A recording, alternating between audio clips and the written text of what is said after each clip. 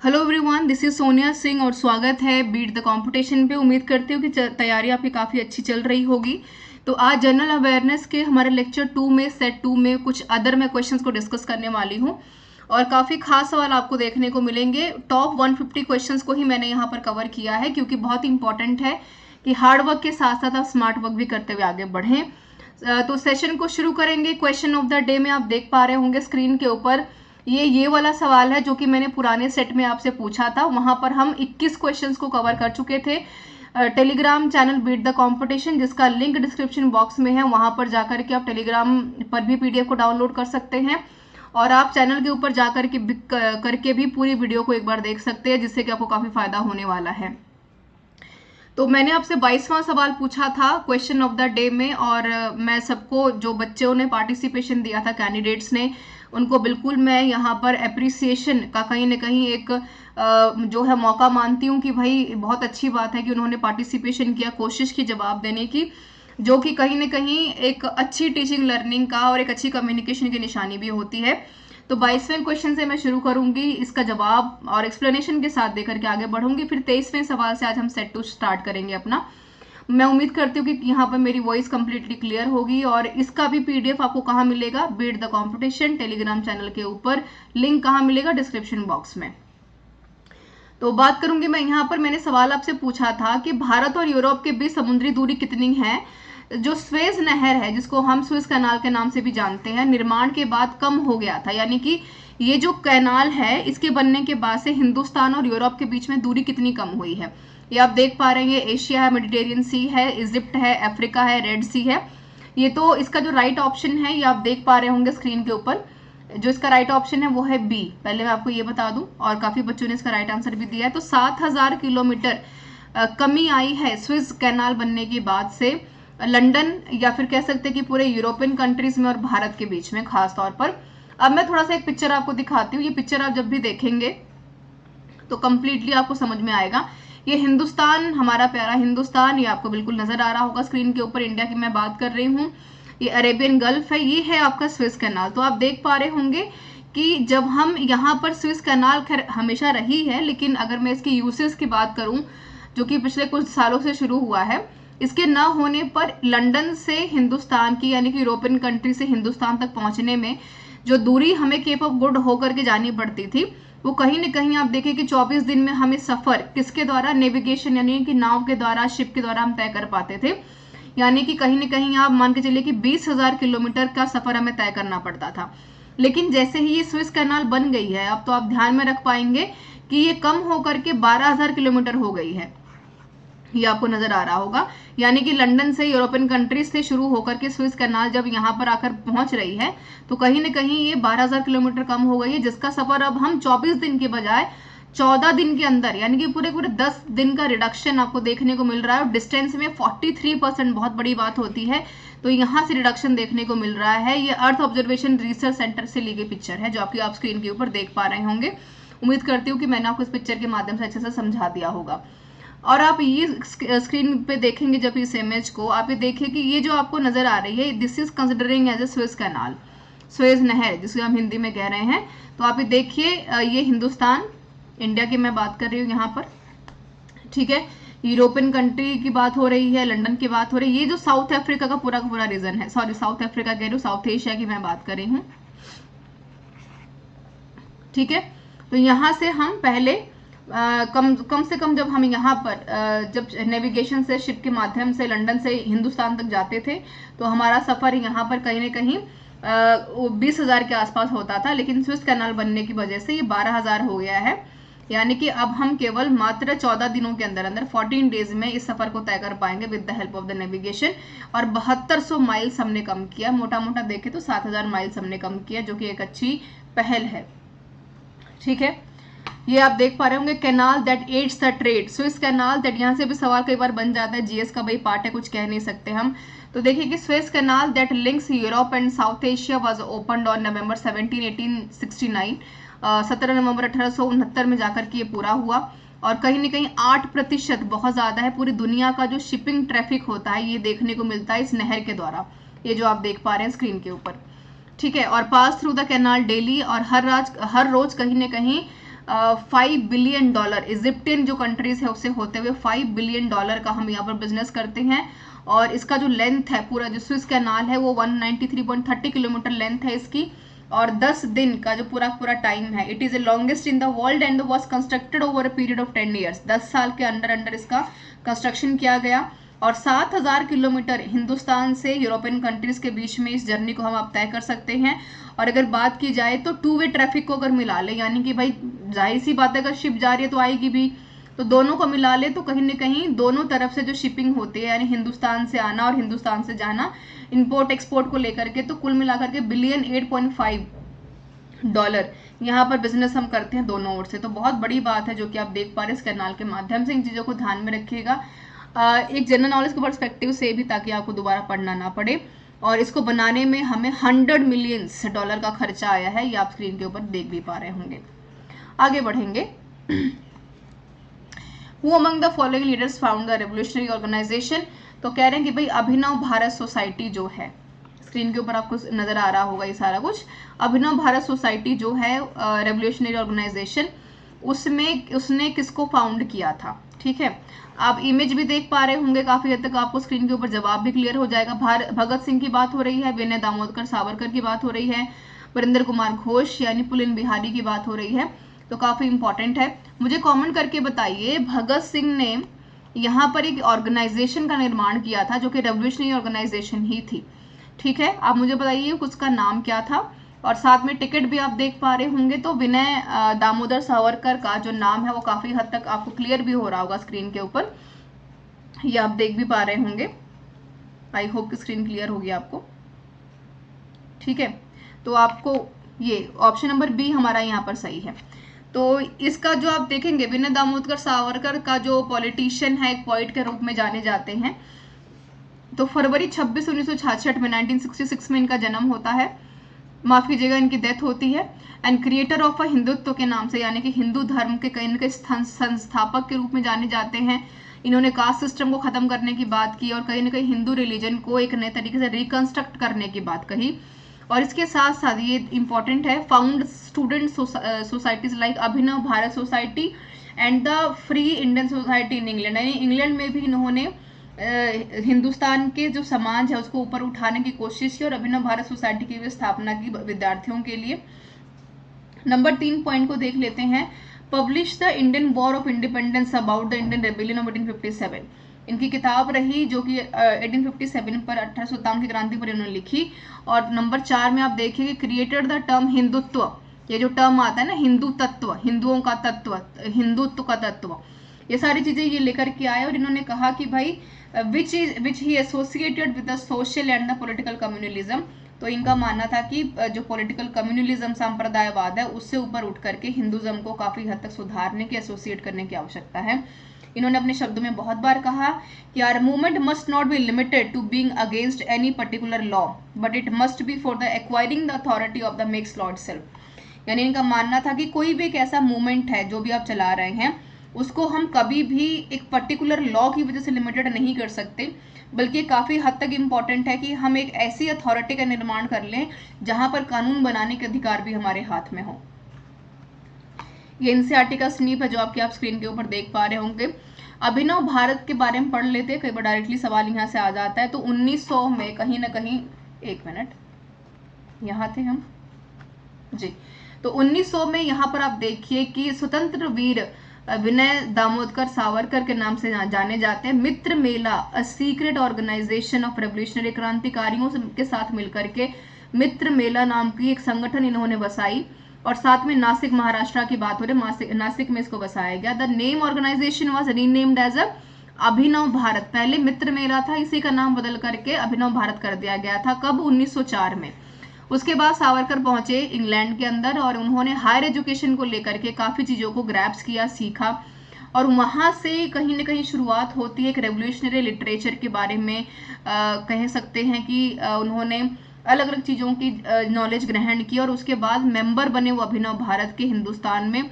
और बहुत सारी इन्होंने मैगजीन्स भी लिखी और कहीं ना कहीं बहुत हद तक ये मैजिनी, जो गैडीवार्डी हैं और मैजिनी हैं, उनसे बहुत हद तक इंस्पायर भी माने जाते हैं। ठीक है, आगे बढ़ते हैं सवाल नंबर 24 की तरफ, जो कि आप स्क्रीन के ऊपर देख पा रहे हैं। तो आप देखिए कि इन्होंने पूछा है कि भाई जो पियरे क्यूरी है, यहाँ पर मैरी क्यूरी के बारे में सब लोग जानते हैं। उन्होंने 1900 shared the 1903 Nobel prize in physics with his wife, Marie Curie के साथ। यहाँ पर जो पियरे क्यूरी थे, मैरी क्यूरी के हस्बैंड थे, and Henri Becquerel for their discoveries related to what. कह रहे हैं कि पियरे क्यूरी ने 1930 में भौतिकी में नोबेल पुरस्कार साझा किया। उनकी पत्नी थी मैरी क्यूरी और हेनरी बेकरेल उनके लिए संबंधित खोजें करते थे। किसमें? ठीक है, पियरे क्यूरी को यहाँ पर नोबेल प्राइज मिला था 1923 में, किसमें? फिजिक्स में, भौतिकी में। उनकी पत्नी कौन थी? मैरी क्यूरी, और साथ में हेनरी बेकरेल ने यहाँ पर एक संबंधित खोज की थी, जिसके चलते पियरे क्यूरी को यहाँ पर नोबेल प्राइज दिया गया था। तो क्या वो चीज थी? दर्पण की छवि, mirror images, X-rays, radio activity, और या फिर यहाँ पर थर्मोडायनेमिक्स की बात की जा रही है। क्वेश्चन नंबर 24 की मैं यहाँ पर बात कर रही हूँ, तो ऑप्शन नंबर सी आपका कंप्लीटली सही है। यहाँ पर रेडियो एक्टिविटीज के बारे में यहाँ पर बात की जा रही है। ठीक है, नोबेल प्राइज के बारे में बात कर लेते। कई बार सवाल डायरेक्टली यहाँ से आपसे पूछा जाता है।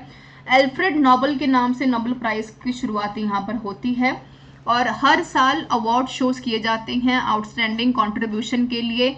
और एल्फ्रेड नोबेल की जो शुरुआत, नोबेल प्राइज की शुरुआत 1901 में शुरू होती है। और जो ये प्राइजेस है, ये गोल्ड मेडल के साथ साथ कुछ डिप्लोमास, कुछ डिग्रीज, ऑनरिंग मनी के साथ ये दिए जाते हैं। और डिसाइड जो हमारे सेक्शंस हैं जिसमें नोबेल दिया जाता है, वो फिजिक्स है, केमिस्ट्री है, यहाँ पर आप मेडिसिन हैं, ठीक है, लिटरेचर है, इकोनॉमिक्स है, पीस है, यानी कुल मिलाकर के 6 सेक्शंस में यहाँ पर आप देखेंगे कि चीज़ों को दिया जाता है। और यहाँ पर इवैल्यूएशन कैसे होगा? रिक्वेस्ट फॉर नॉमिनेशन पहले करना पड़ता है, उसके बाद आपका नाम जाएगा, चेक होंगी चीज़ें, इवैल्यूएशन किया जाएगा, शॉर्टलिस्ट किया जाएगा, रिव्यू किया जाएगा, फाइनल सिलेक्शन होगा, फिर आपको अवार्ड दिया जाएगा। और मैं बता दूं कि मलाला यूसुफजई, आप सबको पता है, बहुत ही बहादुर महिला, जिन्होंने कि कहीं न कहीं शिक्षा के प्रति महिलाओं को जागरूक किया और अपनी जान पर खेल करके कहीं न कहीं अपनी शिक्षा को, अपने राइट को उन्होंने काफ़ी हद तक सेफ रखा। तो नोबेल पीस प्राइज पाने वाली सबसे यंग जो है इंडिविजुअल पर्सनालिटी के रूप में जानी जाती है। महज 17 साल की उम्र में उन्होंने यहाँ पर नोबेल पीस प्राइज जीता था। तो आगे बढ़ते हैं नेक्स्ट क्वेश्चन की तरफ। सवाल नंबर 25 काफ़ी इंटरेस्टिंग है। बायोपा, कह रहे हैं कि जो बायोपा होता है, ये है बायोपा जो आपको नजर आ रहा है। एक कैप होती है, टोपी होती है, ट्रेडिशनल कैप होती है, हेडगियर के रूप में इसको जाना जाता है। कह रहे हैं कि ट्राइब कहाँ के बिलोंग करती है जो ये बायोपा पहनती है? तो बायोपा कहाँ के लोग पहनते हैं? क्वेश्चन नंबर 25 की मैं बात कर रही हूँ। तो अरुणाचल प्रदेश के लोग, एपी के लोग यहाँ पर बायोपा पहनते हैं, जो आपको ध्यान में रखना है। ठीक है, आगे बढ़ेंगे। क्वेश्चन नंबर इसका एक्सप्लेनेशन भी देख लेते हैं। ये सवाल आपसे बहुत बार पूछा जाता है ट्राइब्स को लेकर के, कई बार मैच द फॉलोइंग में भी सवाल आपसे पूछ लिया जाता है। तो आप देखिए कि असम में, ये आपको ध्यान में नहीं रखना है कितने लाख लोग हैं, पॉपुलेशन कितनी है, आप बस ये ध्यान में रखिए और ये ध्यान में रखिए। तो अरुणाचल प्रदेश में कौन कौन से ट्राइब्स हैं यहाँ पर? ठीक है, गिलोंग है, निशी है, वांगकू है, एडी है। असम में बोरो है, करबी है, कोच है, राजवंशी है, मिशिंग है, मिशिमी है, रभा है। ठीक है, मणिपुर में बहुत बार सवाल पूछा जाता है, मेघालय से सवाल पूछते हैं, मिजोरम से, खासतौर पर जो 7 सिस्टर का पूरा एक बंच है, वहां से सवाल पूछा जाता है। ठीक है, तो आप ये ध्यान में रखेंगे। मेघालय से सवाल बहुत बार पूछे जाते हैं, खासी, गारो, कार्बी से। मिजोरम में जो सवाल आता है वो आता है बेत से, ठीक है, पाइता से, पावी से, मारा से सवाल पूछा जा चुका है अब तक। नागालैंड में अंगामी, आओ, लोथा, सुमी, संगथम, चेंग, ठीक है, ये सारे सवाल पूछे जाते हैं। सिक्किम, ठीक है, भूटिस बहुत फेमस है सिक्किम का। त्रिपुरा से यहाँ पर रीग है, चकमा है, हलम है, उसई है। तो ये सवाल आपसे हमेशा पूछे जाते हैं, तो आप इन दोनों सेक्शन को ध्यान में रख सकते हैं और इसका जवाब भी ध्यान में जरूर रखिएगा। ठीक है, आगे बढ़ते हैं हम नेक्स्ट क्वेश्चन की तरफ, क्वेश्चन नंबर 26 की तरफ। ठीक है, तो क्वेश्चन नंबर 26 में आप देख पा रहे होंगे यहाँ पर क्वेश्चन नंबर 26 में कह रहे हैं कि सर्वोच्च न्यायालय के न्यायाधीशों की नियुक्ति राष्ट्रपति द्वारा की जाती है। कमेंट करके बताइए कि जिस महिला की तस्वीर आपको नजर आ रही है स्क्रीन के ऊपर, उनका नाम क्या है, पूरा नाम हमको बताना, और कहाँ से वो बिलोंग करती हैं, किस प्लेस से बिलोंग करती हैं। ठीक है, तो द जजेस of the Supreme Court are appointed by president under article dash the constitution of India. Civics या पॉलिटिकल साइंस का आपके सवाल है। कह रहे हैं कि सर्वोच्च न्यायालय के न्यायाधीशों की नियुक्ति राष्ट्रपति द्वारा की जाती है। भारत के संविधान के किस अनुच्छेद के तहत? ये बड़ा फेमस क्वेश्चन है, घुमा फिरा के कहीं ना कहीं सवाल हमेशा पूछ लेते हैं। तो 217, 124, 2241 या फिर डी कह रहा है 21। तो क्वेश्चन नंबर 26 को देखेंगे, राइट ऑप्शन इसका हो जाएगा यहाँ पर आपका 124(2). ठीक है, ये आपको ध्यान में रखना है कि 124 आर्टिकल नंबर 2 के तहत कॉन्स्टिट्यूशन में यहाँ पर प्रधानमंत्री जजेस ऑफ द सुप्रीम कोर्ट जो हैं यहाँ पर अपॉइंट किए जाते हैं। और कौन अपॉइंट करता है? प्रेसिडेंट। सुप्रीम कोर्ट के जजों को कौन अपॉइंट करता है? प्रेसिडेंट करता है। किस आर्टिकल के तहत? 124(2) के तहत। ठीक है, प्रेसिडेंट ऑफ इंडिया के बारे में जान लेते हैं। ये सवाल बहुत बार आपसे पूछते हैं। अंडर द इंडियन कॉन्स्टिट्यूशन यानी भारतीय संविधान के तहत प्रेसिडेंट ऑफ इंडिया इंजॉय करते हैं यहाँ पर, यानी कि अपने राइट्स को मानते हैं, जो काफी पोजीशन यूनिक मानी जाती है। आर्टिकल 52 जो है यहाँ पर क्रिएट करती है किसका? पोजीशन ऑफ द प्रेसिडेंट को, यानी कि जो मनोनीत किया जाता है राष्ट्रपति को, वो आर्टिकल 52 के अंडर किया जाता है। President of India is the head of a state of the Republic of India. आप सबको पता है कि राष्ट्रपति को पूरे भारत में पहला नागरिक के तौर पर काउंट किया जाता है। And he is considering to be above party, सबसे ऊपर उनको माना जाता है, पॉलिटिकल पार्टीज के भी ऊपर। नंबर 3 पॉइंट ये कह रहा है कि फर्स्ट सिटीजन ऑफ कंट्री है, फॉर्मल हेड ऑफ एग्जीक्यूटिव है, लेजिस्लेचर के है, जुडिशरी के भी हैं, और साथ में कमांडर इन चीफ भी हैं। ध्यान में रखिएगा, इस पॉइंट को सवाल पूछ लेता है। आर्म्ड फोर्सेस के, आर्मी के। ठीक है जी। He representing sovereignty of the country, प्रभुसत्ता की बात हो रही है। And he is elected by the elected representative of the people, यानी जो है इनडायरेक्ट तरीके से चुना जाता है उनको। ठीक है जी, मैंने आपको बता दिया। आगे बढ़ते हैं, ये आप देख पा रहे होंगे स्क्रीन के ऊपर जो क्वेश्चन है। यहाँ पर मैंने करंट प्रेसिडेंट ऑफ इंडिया के बारे में बात की है। तो इनका नाम मैंने आपसे पूछा है कि आपको कमेंट करके बताना है और किस प्लेस से बिलोंग करती हैं। सवाल इस बार पक्का यहाँ से बनेगा। और ये हैं हमारे अब तक के भूतपूर्व प्रधानमंत्री, राष्ट्रपति अब तक के।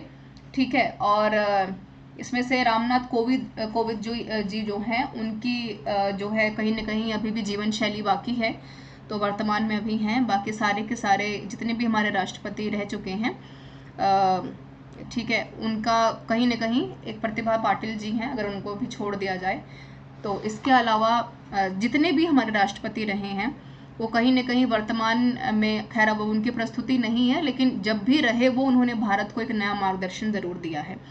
ठीक है, तो इनका नाम मैंने आपसे पूछा है। और प्रतिभा देवी सिंह पाटिल जी के बाद ये दूसरी महिला बनी है राष्ट्रपति पूरे देश की, हिंदुस्तान की, जो काफ़ी गर्व की बात है हमारे लिए। आगे बढ़ेंगे क्वेश्चन नंबर 27 की तरफ। सवाल आपसे पूछा है कि dash is an inherent blood disorder, एक वंशानुगत रक्त विकार है जिसके कारण लोग होते हैं क्या? स्थिति में पीड़ित होकर हेमोग्लोबिन बनाने में असमर्थ हो जाते हैं, यानी कि जब खून की कमी आपकी बॉडी के अंदर हो जाती है तो उस बीमारी को क्या बोला जाता है? ये जो इमेज आपको नजर आ रही है स्क्रीन के ऊपर, ये छोटे छोटे ब्लड सेल्स होते हैं जिनसे मिलकर के ब्लड क्लॉट्स बनते हैं। अस्थि मंजा विफलता है, यानी बोन मैरो में जब फेलियर हो जाता है, क्योंकि बोन मैरो में ही कहीं ना कहीं एक बहुत अच्छा रोल प्ले करता है ब्लड सेल्स को फॉर्म्ड करने में। थैलेसीमिया बोला जाता है उस बीमारी को जब आपके अंदर खून की कमी हो जाए। स्ट्रोक बोलते हैं, स्ट्रोक मतलब थक्के जो छोटे छोटे होते हैं।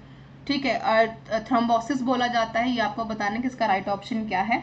तो क्वेश्चन नंबर 27 की बात करते हैं, तो आप ये देख पा रहे होंगे स्क्रीन के ऊपर। सबसे पहले हम थैलेसीमिया की यहाँ पर डेफिनेशन जान लेते हैं, जो कि आपके लिए जानना काफ़ी ज़्यादा इंपॉर्टेंट है। हालांकि इसका जो राइट ऑप्शन है मैं बता दूं कि बी है, बिल्कुल थैलेसीमिया ही इसका राइट ऑप्शन है। और थैलेसीमिया को जान लेते हैं कि है क्या। थैलेसीमिया जिनको होता है, मतलब कि लैक ऑफ जो फॉर्मेशन ऑफ हेमोग्लोबिन और lack of formation of blood cells, यानी जब आपके जो ब्लड सेल्स होते हैं अच्छे से काम नहीं करते हैं, तो थैलेसीमिया कहीं ना कहीं एक अहम रोल प्ले करता है उसमें। तो थैलेसीमिया में आपके ब्लड सेल्स कुछ ऐसे होते हैं, आप देखेंगे कि जो आपके वाइट ब्लड सेल्स या प्लेटलेट्स हैं उनकी संख्या कहीं ना कहीं आपको बहुत मिसिंग नजर आएगी। बट जिनका नॉर्मल ब्लड सेल्स होता है उनमें तीनों की मात्रा कहीं ना कहीं सेम होती है। ब्लड सेल्स की मात्रा ज़्यादा होगी, वाइट सेल्स होंगे, प्लेटलेट्स होंगे, बट यहाँ पर आपको प्लेटलेट्स की कमी और वाइट सेल्स की कमी नजर आएगी। तो थैलेसीमिया को डिफाइन करते तो क्या है, एक ग्रुप है यहाँ पर जो कि इनहेरिटेटेड होता है डिसऑर्डर, जो कि वंशानुगत होता है। अगर आपके घर में थैलेसीमिया पहले किसी को रहा है तो कहीं ना कहीं आपको होने की भी संभावना रहेगी। Absent amount of haemoglobin and oxygen carrying protein inside the red blood cells, और जो ऑक्सीजन होता है आपके सेल्स के अंदर उसकी कमी न कहीं होने की वजह से आपको रेड ब्लड सेल्स बनाने में समस्या आती है। ठीक है, आगे बढ़ते हैं क्वेश्चन नंबर 28 की तरफ। तो वर्ल्ड मेंटल हेल्थ डे, मुझे कमेंट करके बताइए कि हिंदुस्तान में mental health day mental health के जो हम इसको कहीं ना कहीं एक चिंता का विषय मानते हैं, हिंदुस्तान में उसका कौन सा स्थान है। जैसे आपके हैप्पी इंडेक्स होते हैं, मेंटल हेल्थ इंडेक्स भी होता है, बिल्कुल वैसे ही। तो कह रहे हैं कि भाई celebrated on which of the following date, 10th of November, 10th of October, 10th of March, 10th of April. तो आप देखिए इसका जो राइट ऑप्शन है वो हो जाएगा आपका डी, यानी कि 10 अप्रैल को हम यहाँ पर मेंटल हेल्थ डे मनाते हैं। और जो वर्ल्ड मेंटल हेल्थ डे है, 1 मिनट, 10 अक्टूबर मैंने बोला, ठीक है जी, हाँ, इट्स 10th ऑफ अक्टूबर, ठीक है। तो 10th ऑफ अक्टूबर को ही हम सेलिब्रेट करते हैं, 10 अप्रैल नहीं है, 10 अक्टूबर है।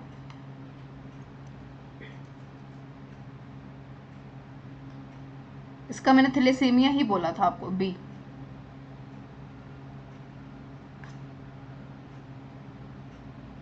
हाँ ठीक है, ओके। तो 10th ऑफ अक्टूबर जो इसका है राइट आंसर हो जाएगा। तो 10 अक्टूबर को हम हर साल यहाँ पर वर्ल्ड मेंटल हेल्थ डे मनाते हैं और एक इम्पॉर्टेंट हेल्थ अवेयरनेस यहाँ पर की जाती है, अवेयरनेस करने के लिए, ताकि आप अपनी मानसिक जो स्वस्थता है उसको बेहतर बनाए रखें। क्योंकि आप सबको पता है कि मेंटल हेल्थ आजकल कितना ज़रूरी हो गया है, जिस तरीके से डिप्रेशन के मामले बढ़ रहे हैं हिंदुस्तान में और बहुत सारे ऐसे विकार पैदा हो रहे हैं, तो कहीं ना कहीं अपनी लाइफस्टाइल और सोसाइटी को सुधारने की काफ़ी ज़्यादा आवश्यकता यहाँ पर रहेगी। तो ऑप्शन नंबर बी यहाँ पर आपका सही हो जाएगा। आगे बढ़ेंगे क्वेश्चन नंबर 29 की तरफ। The enzyme lipase is produced by the which organ of the body, यानी लाइपेज जो होता है आपका एंजाइम, एक तरह का एंजाइम होता है जो शरीर के किस अंग द्वारा निर्मित होता है, फेफड़े में, लार में, यकृत में या अग्न्याशय में, ठीक है। तो ये आपको बताना है कि इसका राइट ऑप्शन क्या होगा। क्वेश्चन नंबर 29 की बात की जा रही है, ठीक है। तो जो पेनक्रियाज आपका होता है, पेनक्रियाज की यहाँ पर बात हो रही है, ऑप्शन नंबर डी यहाँ पर सही हो जाएगा।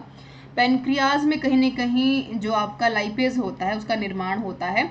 और यहाँ पर आप देख पा रहे होंगे ह्यूमन बॉडी के अंडर साथ साथ यहाँ पर जो सबस्ट्रेट होते हैं, एंजाइम होते हैं, ये जो एंजाइम होते हैं कहीं ना कहीं सुक्रोज कंसिस्ट करते हैं, ग्लूकोज, फ्रुक्टोज बनाने का काम करते हैं आपकी बॉडी के अंदर। और एंजाइम होता है जो कहीं ना कहीं आपके खाने को बहुत अच्छे से पचाने का काम करता है, जिससे कि ग्लूकोज का फॉर्मेशन आपको होता है, आपकी बॉडी में बहुत ताकत आती है, आपको लगता है कि आप एक्टिव फील कर रहे हैं, वीकनेस फील नहीं होती है।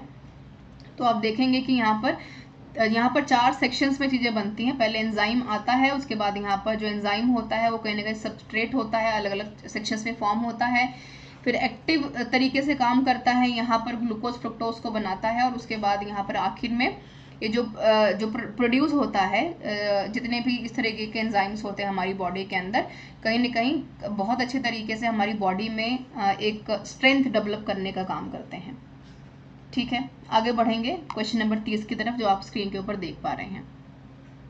इन विच स्टेट इज, कह रहे हैं शासमकोटा, ये है शासमकोटा, ये जो आपको बड़ी सुंदर सी झील नजर आ रही है शासमकोटा की है।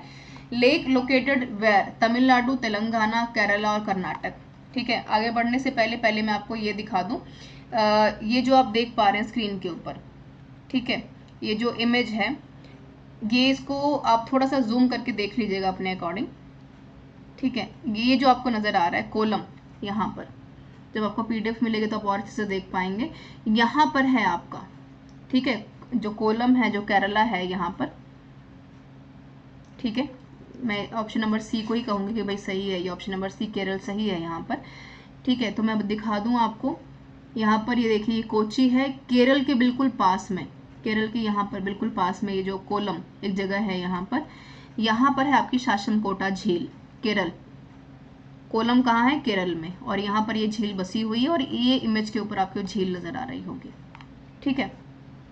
आगे बढ़ते हैं। अच्छा, आगे बढ़ने से पहले एक चीज मैं आपको बता दूं यहाँ पर, ठीक है, ये जो मेजर लेक्स ऑफ इंडिया, इसको जरूर एक बार ध्यान में देख लीजिएगा, जो जो जरूरी है मैं बता देती हूँ। पुलिकट लेक पूछ लेता है, ठीक है, आपसे पूछेगा चिल्का लेक बहुत बार पूछा जाता है, इंदिरा सागर लेक पूछा जाता है, ठीक है, नागार्जुन सागर लेक पूछा जाता है कहाँ पर है, और कहाँ से ये क्वेश्चंस बनते हैं। आपकी एमपी से सवाल बहुत बनेंगे आपके सामने, केरला से सवाल बनेंगे आपके लिए बहुत ज़्यादा, तो ये 2 स्टेट्स बहुत ज़रूरी हैं। तो इन दोनों स्टेट्स पर जितनी भी इंपॉर्टेंट झील्स होंगी उसको एक बार ज़रूर देख लीजिएगा, आपके लिए इंपॉर्टेंट है। हालांकि अगर आप ये लिस्ट भी सिर्फ याद कर लेंगे तो आपका काम हो जाएगा। आगे बढ़ेंगे सवाल नंबर 31 की तरफ। कह रहे हैं कि भाई जो यहाँ पर वेम्बनाड लेक है, ये आप स्क्रीन के ऊपर देख पा रहे हैं, काफ़ी खूबसूरत लेक है। ये लार्जेस्ट लेक है इंडिया की, सबसे बड़ी लेक है। ये किस स्टेट में है? तमिलनाडु, कर्नाटका, केरला एंड आंध्र प्रदेश। ठीक है, तो आप थोड़ा सा गेस भी करने की कोशिश करेंगे तो आप राइट ऑप्शन का जवाब दे पाएंगे। आपको यहाँ पर मैंने काफ़ी सारे झीलों के नाम भी बता दिए हैं, तो आप गेस भी कर पा रहे होंगे। तो तमिलनाडु यहाँ पर, ये आप देख पा रहे होंगे स्क्रीन के ऊपर। ठीक है, ये केरला है यहाँ पर स्क्रीन के ऊपर। ये जो पूरी पूरी इमेज स्क्रीन के ऊपर काफ़ी हद तक क्लियर होगी आपको। ठीक है, ये इमेज क्लियर होगी आपको स्क्रीन के ऊपर। हमने जब यहाँ पर पढ़ा था तो भी हमने यहाँ पे कहा कि जो शाशमकोटा लेक है वो भी काफ़ी इंपॉर्टेंट है, इसलिए बिल्कुल जुड़ा हुआ ही ये सवाल है आपका यहाँ पर। ठीक है, तो भारत के किस सबसे बड़े ये जो झील है कहाँ पर पाई जाती है? तो ये रहा आपका वेम्बनाड लेक, स्क्रीन के ऊपर जो क्लियर हो रहा है आपको। ठीक है, और ये केरला है, बिल्कुल बिल्कुल पास में ही यहाँ पर बसा हुआ है, ये आप देख पा रहे होंगे स्क्रीन के ऊपर। ठीक है, आगे बढ़ते हैं। नेक्स्ट क्वेश्चन देखिए, और यहाँ पर ऑर्डिनेंस की बात की जा रही है। कह रहे हैं कि who among the following has the power to promulgate ordinance under article 123 of the constitution of India. कह रहे हैं कि इन निम्नलिखित में से किसके पास प्रख्यापित करने की शक्ति है? भारत के संविधान के अनुच्छेद किसमें 123 के तहत अध्यादेश कौन जारी करता है? राष्ट्रपति करते हैं, माफ कीजिएगा, लोकसभा अध्यक्ष करते हैं, राज्यसभा के सभापति करते हैं, अटॉर्नी जनरल करते हैं। पहले आप आर्टिकल 123 को एक बार देख लीजिए, जो आपके लिए काफी जरूरी रहेगा। ये आप देखेंगे स्क्रीन के ऊपर। देखिए आर्टिकल जो 123 है यहाँ पर, आर्टिकल 123 यहाँ पर कॉन्स्टिट्यूशन ऑर्डिनेंस करता है। पावर किसके पास होती है? किसके पास होती है? प्रेसिडेंट के पास होती है। तो ऑप्शन नंबर ए क्या हो जाएगा आपका यहाँ पर? सही हो जाएगा। ये तो आपके लिए काफी क्लियर हो ही गया होगा। ठीक है, अब यहाँ पर ये है क्या? 123 के अलावा कौन कौन से आर्टिकल्स आपको ध्यान में रखना। आप ये देखिए, ये जो आर्टिकल है, power of the president to promulgate ordinance during recess of the parliamentary house. 105 में क्या कहते हैं? पावर मिलता है, प्रिविलेज मिलता है हाउस ऑफ पार्लियामेंट को। 109 में क्या मिलता है? स्पेशल प्रोसीजर दिया जाता है रिस्पेक्ट ऑफ मनी बिल्स। कहाँ पास होते हैं? 109 में। मनी बिल्स में डेफिनेशंस कहाँ पर लिखी गई? 110 आर्टिकल में। एनुअली हर साल जो बजट पास होता है आर्टिकल 112 में। यहाँ पर जो बिल्स होते हैं कहीं ना कहीं पास होते 114 में, यहाँ पर 123 वाला। और यहाँ पर जो आपसे पूछा गया है इसकी बात मैं कर रही हूँ, एनुअल फाइनेंशियल बजट बिल 112 और 123 को जरूर एक बार पढ़ लीजिएगा। ठीक है, आगे बढ़ते हैं नेक्स्ट क्वेश्चन की तरफ। तो कह रहे हैं कि भाई क्वेश्चन नंबर 33, क्वेश्चन ये आपका पूछा गया है यहाँ पर हिस्ट्री से। मैप क्लियर हो रहा होगा, मैप पे जाने से पहले सवाल पढ़ देती हूँ। कह रहे हैं कि भाई post the Anglo Mysore wars whom did the East India Company appoint as the governor of Bengal? Robert Clive, या फिर मेटकैफ, या फिर लॉर्ड हार्डिंग, या फिर लॉर्ड हेस्टिंग की यहाँ पर बात हो रही है। 4 यहाँ पर ऑप्शंस आपको दिए गए हैं। एंग्लो मैसूर की बात की जा रही है, तो आप एक बार इस मैप को जरूर देखिए जब आपको पीडीएफ भी मिलेगी, हालांकि स्क्रीन पे काफी क्लियर होगा। ये जो रीजन मैंने यहाँ पर मार्क किया है, ये जो रीजन है वो कम्प्लीटली एंग्लो मैसूर जो रीजन है हमारा उसको कैप्चर करता है। टीपू सुल्तान के बारे में आपने सबने सुना होगा, तो कहीं ना कहीं आप देखेंगे कि उनका जो रोल है वो काफ़ी अहम यहाँ पर माना जाता है। ये निज़ामों का, हैदराबाद की हम बात कर रहे हैं, एंग्लो मैसूर वॉर जो 1700 जो है 89 से 1789 से 1792 के तक चला, ये उसकी बात हो रही है यहाँ पर। और आप देखिए कि जो ग्रीन पोर्शन नज़र आ रहा है ये कम्प्लीटली मैसूर का है। ये जो रेड पोर्शन आपको नज़र आ रहे हैं यहाँ पर, आप देखिए यहाँ पर, ठीक है, ये आप देख पा रहे होंगे, ये वाला ये ब्रिटिशर्स का है पूरा का पूरा। ठीक है, थोड़ा सा और अगर हम टेरिटरीज की अगर बात कर लेते हैं, ये जो लाइनिंग वाले पार्ट आपको नजर आ रहे हैं ये पेशवाओं के हैं। पेशवा बाजीराव का नाम आप सबने सुना होगा, महाराष्ट्र की मैं बात कर रही हूँ। ठीक है, और ये जो आपको ब्लू सेक्शन नजर आ रहा है ये निज़ामों का है जो हैदराबाद से बिलोंग करते थे। ठीक है, आज भी हैदराबाद को निज़ामों का शहर जाना जाता है। और यहाँ पर मैसूर के बीच में ये जो आपको क्रॉस लाइन्स नजर आ रही हैं ये ब्रिटिशर्स के हैं, यानी कि मैसूर बीच में है और उसके आसपास ब्रिटिशर्स ने उनको घेर रखा है, निज़ामों ने घेरा हुआ है। तो आप ये काफ़ी हद तक ध्यान में रख सकते हैं। तो अगर मैं राइट ऑप्शन की बात करूं तो आप पहले एक्सप्लेनेशन वाला सेक्शन देख लेते हैं, उसके बाद यहाँ पर बात करेंगे राइट आंसर क्या है हमारे पास। तो आप देखिए जो हम यहाँ पर बात कर रहे थे पहले, ठीक है, राष्ट्रपति वाला क्वेश्चन सबको क्लियर हो गया होगा यहाँ पर। ठीक है, ये ज़रूर कर लीजिएगा। यहाँ पर 123 आर्टिकल वाला यहाँ पर बात करते हैं। तो वैसे तो इसका देखिए पहले आंसर देख लें, डी ऑप्शन वॉरेन हेस्टिंग बिल्कुल सही है यहाँ पर। और इसको मैप को बहुत ध्यान से देख लीजिए। आपसे पूछा जा सकता है कि एंग्लो मैसूर कितने हुए थे। सबसे पहले आपको पता हो कि 1767 से लेकर 1799 तक यहाँ पर एंग्लो मैसूर वॉर्स होते हैं। ठीक है जी। और यहाँ पर कहीं ना कहीं आप देखिए कि फर्स्ट वॉर होता है। फर्स्ट वॉर में क्या हो रहा है, हैदर अली ने यहाँ पर डिफीट किया किसको, अंग्रेजों को, फर्स्ट वॉर में। और यहाँ पर निज़ामों ने अपने हाथ को पीछे खींचा है कहीं ना कहीं। फिर यहाँ पर शांति की जो है अपील की गई है, treaty of Madras. Treaty of Madras हो गई है अंग्रेजों और यहाँ पर हैदर अली के बीच में। और मद्रास की ट्रीटी होने के बाद, संधि होने के बाद, उसके बाद British did not honour the treaty. लेकिन जो भी ट्रीटी की गई थी उसको कभी भी तवज्जो नहीं दी ब्रिटिशर्स ने। उसके बाद यहाँ पर जो सेकेंड वॉर आपको होता नजर आता है, ये वाला देखेंगे 1780 से 84 के बीच में हैदर अली की डेथ हो जाती है। कई बार सवाल आपसे पूछते हैं कि हैदर अली की डेथ किस वॉर में हुई थी, तो सेकेंड वॉर में हुई थी। और यहाँ पर जो 3 चीज़ें आपको देखने को मिलेगी, तो हैदर ने यहाँ पर सबसे पहले अटैक किया इंग्लिश के ऊपर, ब्रिटिशर्स के ऊपर। तो लेकिन यहाँ पर 2 न्यू हीरोज निकल के बाहर आते हैं इसी में, सेकेंड वॉर में। कौन, एक टीपू सुल्तान और सर अय्यर कोट। ठीक है। और यहाँ पर फेमस एक बहुत बड़ा सीज होता है, संधि होती है जो होता है आरकोट का। और ये ड्रॉ हो जाता है, यानी टीपू सुल्तान और अंग्रेजों के बीच में ये मैच ड्रॉ हो जाता है, सेकेंड वॉर ड्रॉ हो जाता है। और इसके ड्रॉ होने के बाद पीस ऑफ मैंगलोर होता है। किसके बाद होता है, सेकेंड वॉर के बाद, 1780 से 84 के बाद। यहाँ पर जब मैंगलोर का पीस हो जाता है, ट्रीटी हो जाती है, संधि हो जाती है, फिर आती है थर्ड की बारी। थर्ड में लॉर्ड कॉर्नवालिस यहाँ पर रहते हैं, टीपू सुल्तान रहते हैं। ट्रीटी ऑफ मैंगलोर जो है यहाँ पर कहीं ना कहीं गिरता नजर आता है, फेल होता नजर आता है थर्ड वॉर के अंडर। और चौथे में फिर पीस होती है, लेकिन श्रीरंगपट्टनम को लेने के बाद। और आखिर जो फोर्थ वॉर होता है 79 में, और बड़ा दुखद तरीके से टीपू सुल्तान की डेथ हो जाती है। और उस वक्त में अंग्रेजों को लीड कौन कर रहा था, वेल्जली लीड कर रहे थे। ठीक है, तो आप ये काफ़ी हद तक ध्यान में रख सकते हैं। ये आप स्क्रीन के ऊपर देख पा रहे होंगे। ये कह रहे हैं कि भाई एंग्लो मैसूर वॉर के बाद की बात हो रही है, एंग्लो मैसूर युद्ध के बाद की बात, उसके बीच में नहीं। उसके बीच में तो यहाँ पर आप देखिए कि हैदर अली के साथ, उसके बाद यहाँ पर आयरकुट भी आते हैं, फिर लॉर्ड कॉर्नवालिस आते हैं, वेल्जली आते हैं। लेकिन जब कंप्लीटली एक समअप हो जाता है, खत्म हो जाता है, तो यहाँ पर जो वॉरेन हेस्टिंग्स हैं आपके, ऑप्शन नंबर डी की मैं यहाँ पर बात कर रही हूँ, तो उनका जो प्रेजेंस देखने को मिलता है, बंगाल का राज्यपाल उनको नियुक्त किया जाता है। ठीक है, आगे बढ़ते हैं क्वेश्चन नंबर 34 की तरफ। बहुत अच्छा सवाल है। एक सवाल जो यहाँ से बनता है, कई बार आपसे पूछ लेते कि भारत रत्न किस पत्ते के ऊपर बना हुआ, तो पीपल का ये पत्ता है जो आप देख पा रहे हैं, पीपल ट्री। ठीक है, ये आप देख पा रहे हैं, ये भारत रत्न का ये फ्रंट इमेज है। ठीक है, और ये आपका जो बैक इमेज होता है भारत रत्न का, वो आप देख पा रहे हैं सत्यमेव जयते के साथ। ये कह रहे हैं कि Bharat Ratna and the Padma Vibhushan award in India were instituted in the year, कब इनकी स्थापना हुई और तय किया गया कि भाई हम यहाँ पर ऑनरिंग करेंगे, 1964, 1958, 1968 और 1954। तो आप ये देखेंगे, अगर मैं इसके राइट ऑप्शन की बात करूँ तो 1958 की मैं यहाँ पर बात कर रही हूँ। ठीक है, बी ऑप्शन यहाँ पर सही है आपका। और ये आप देख पा रहे होंगे, ये 2023 का यहाँ पर कंप्लीट एक मैप दिया हुआ है, मैपिंग दी हुई है। तो 2023 में जिनको कि यहाँ पर पद्म अवार्ड के साथ, ठीक है, पद्म विभूषण के साथ, अब मैं लिख देती हूँ,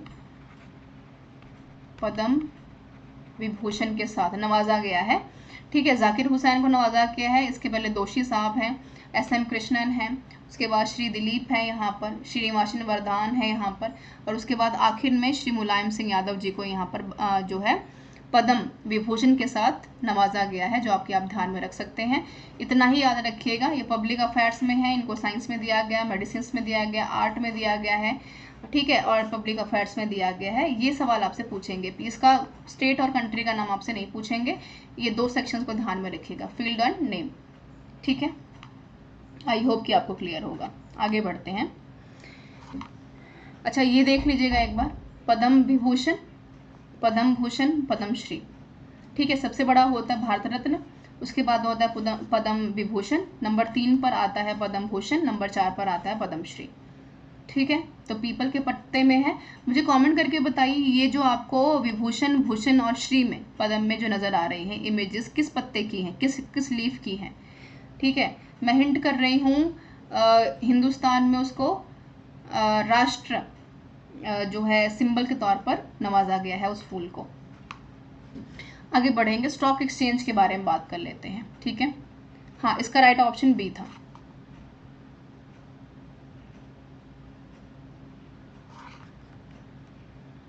ओके, तो आपसे सवाल पूछा गया है कि the stock exchange was the first to be recognised by the government of India under the securities contract regulation act what. Ahmedabad, Bombay, Madras या Calcutta.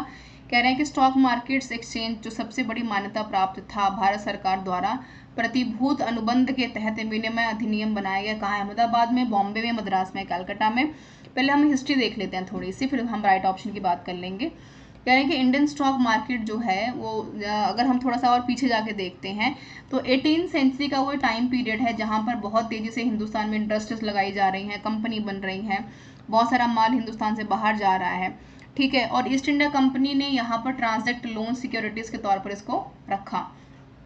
Trading by a group of 22 stock brokers. शुरू में जब स्टॉक एक्सचेंज का काम शुरू किया गया तो 22 लोगों ने मिल करके कहीं ना कहीं यहाँ पर एक जैसे होता है ना रैंडम ट्रेडिंग करना यहाँ पर कि भाई ये एक बनियन ट्री के नीचे खड़े हैं, 22 लोगों ने स्टॉक ब्रोकर्स बन गए और उन्होंने चीज़ों को शुरू कर दिया। और वो जो बनियन ट्री थी और कहीं ना कहीं 22 लोगों का स्टॉक ब्रोकर था वो जाकर के बाद में टाउन हॉल ऑफ बॉम्बे में कन्वर्ट होता नजर आता है आपको। तो इसका राइट ऑप्शन क्या हो जाएगा? सबसे पहले तो बी ऑप्शन इसका सही है। ठीक है, जो मैं यहाँ पर बात कर रही हूँ आपसे। ओके, एक मिनट। और यहाँ पर आप देखिए कि formation of Bombay stock exchange BSC इन 1875। कई बार डायरेक्टली सवाल आपसे पूछ लेगा कि बॉम्बे स्टॉक एक्सचेंज कब बना, तो 1875 में बना। एंड यहाँ पर Premchand Roychandra was the leading stock broker at that time who provided some rules and regulations which are still followed. और शुरू करने वाले जो व्यक्ति थे उन्होंने प्रेमचंद रॉयचंद्र जी थे, और NCERT की जो किताब है आपकी उसमें भी इसके बारे में काफ़ी अच्छी खासी नॉलेज आपको देखने को मिलती है। तो बी ऑप्शन आपका यहाँ पर सही हो जाएगा। आगे बढ़ेंगे क्वेश्चन नंबर 36 की तरफ। The dash is a tax on production of goods with in the country. कह रहे हैं कि डैश वस्तुओं के उत्पादन विनिर्माण पर लगने वाला कर क्या कहलाता है। ठीक है, सेल्स टैक्स है, एक्साइज ड्यूटी है, सर्विस टैक्स है, कस्टम्स ड्यूटी है। तो इसका जो राइट ऑप्शन पे जाने से पहले थोड़ा सा देख लेते हैं डायरेक्ट यहाँ पर हम टैक्सेस के फॉर्मेशन को। तो डायरेक्ट टैक्स क्या होता है? जो कि कहीं ना कहीं सेंट्रल और स्टेट से लिया जाता है। ठीक है, इनडायरेक्ट टैक्स क्या होता है? जो कि गवर्नमेंट यहाँ पर कहीं ना कहीं पास ऑन करती है। मान लो कि भाई there are paid by one individual entity the government and subsequently the tax burden is passed on the different entity individual. ठीक है, जैसे होता है ना कि चेन बनी होती है कि आप उसको देंगे, आप उसको देंगे, फिर बाद में सेंटर में जाकर के जमा हो जाएगा। उसके बाद तीसरा है एग्जाम्पल ऑफ डायरेक्ट टैक्स कौन कौन से हैं। तो इनकम टैक्स है जो आप भरते हैं, कॉर्पोरेशन टैक्स है, जैसे कि आपने सुना हुआ बीच में कि सबको यहाँ पर आधार पैन कार्ड लगाना ज़रूरी हो गया था अपने साथ। कैपिटल गेन्स है, प्रोफेशनल टैक्स है, जैसे कि किसी की सैलरी आती है तो टैक्स कट के ही आएगी, TDS कट के आएगा। ठीक है, प्रॉपर्टी टैक्स है, जो भी आप प्रॉपर्टी खरीदेंगे वहाँ पर टैक्स लगेगा, रोड टैक्स है। ठीक है, और स्टैम्प टैक्स है। इसके साथ साथ एग्जाम्पल ऑफ इनडायरेक्ट टैक्स क्या है? GST। ठीक है, गुड्स एंड सर्विसेज टैक्स उसकी बात की जा रही है। वैट, वैल्यू एडेड टैक्स, यानी कि वैल्यू के साथ टैक्स का ऐड होना, customs duty, excise duty, securities transaction duty, divide distribution tax और सेल्स टैक्स। तो ये सारे ये डायरेक्ट टैक्स है, ये इनडायरेक्ट टैक्स है। ये डायरेक्टली सरकार लेती है आपसे, ये अलग अलग बॉडीज लेती है। जैसे कि मान लो GST क्या है, कपड़े पे भी लगी है, तो कपड़ा कौन खरीदेगा? आप खरीदेंगे। ठीक है, जब आप खरीदेंगे तो आप भी टैक्स पे करेंगे। मान लो कि भाई कोई एक शर्ट है या कोई भी एक चीज़ है, GST बोलते हैं ना कि भाई GST लग गया तो चीज़ें महंगी हो गई हैं। ठीक है, मान लो यहाँ पर आपने 100 रुपये की कोई शर्ट खरीदी, दुकानदार ने आपको 110 में दे दी, आपने बोला कि भाई ये 10 रुपये क्यों साथ में? ठीक है, क्योंकि तो दुकानदार क्या बोलेगा कि भाई यहाँ पर GST लग गई है, महंगा हो गया। यानी कि 10 रुपये क्या है, कहीं ना कहीं डायरेक्ट इनडायरेक्ट तरीके से दुकानदार आपसे ही ले रहा है। तो GST किस पे देनी पड़ रही है आपको? शर्ट के ऊपर। और शर्ट कौन ले रहा है? ग्राहक ले रहा है, कस्टमर ले रहा है। तो दुकानदार भी कहीं ना कहीं यहाँ पर एक टैक्स पे कर रहा है अगर उसने माल थोक में उठाया है, और यहाँ पर जो कस्टमर है वो भी यहाँ पर GST पे कर रहा है। ठीक है, तो इनडायरेक्ट टैक्स की हम यहाँ पर बात कर रहे हैं। तो राइट ऑप्शन क्या हो जाएगा यहाँ पर आपका?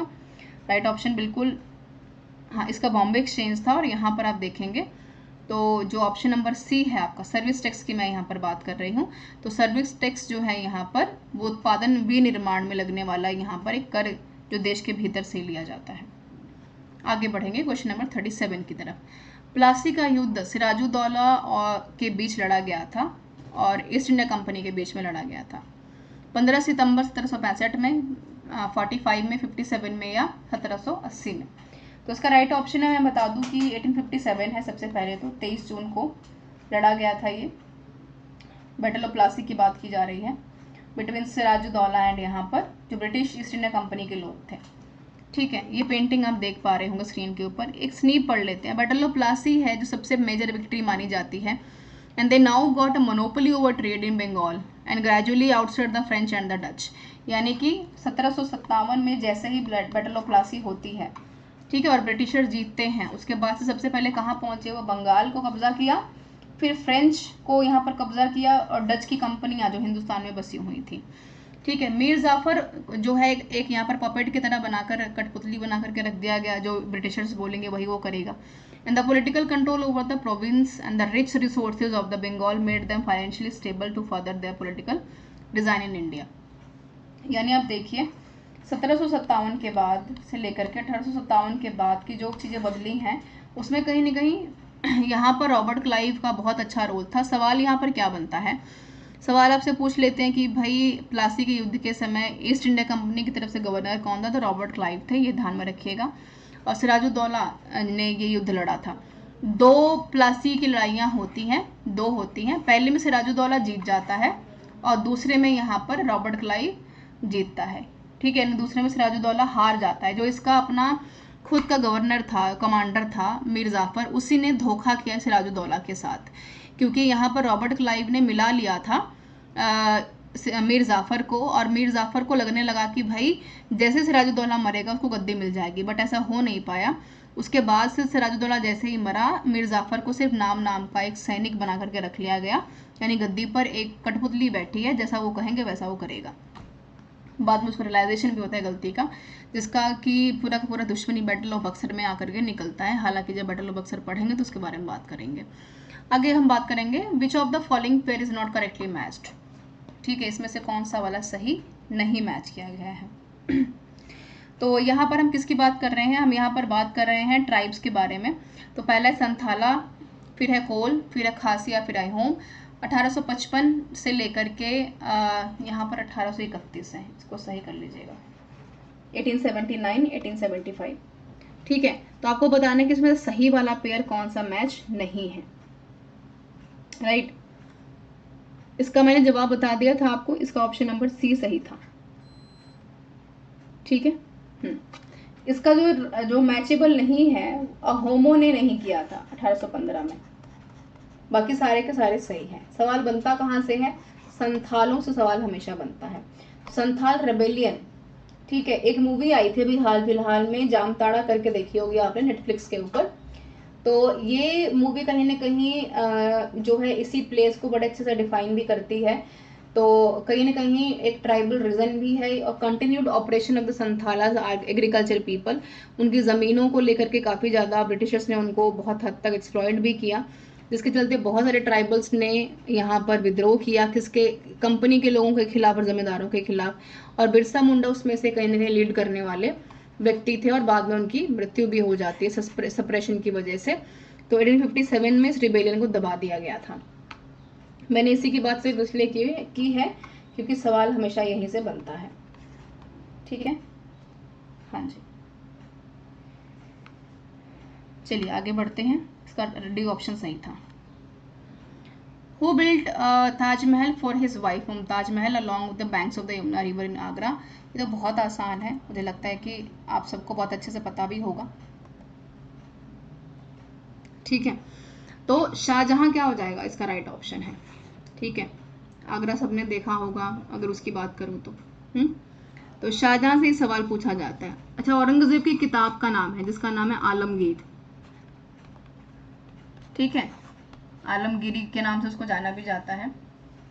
अकबर से जो सवाल पूछा जाता है वो दीन इलाही को लेकर के पूछा जाता है।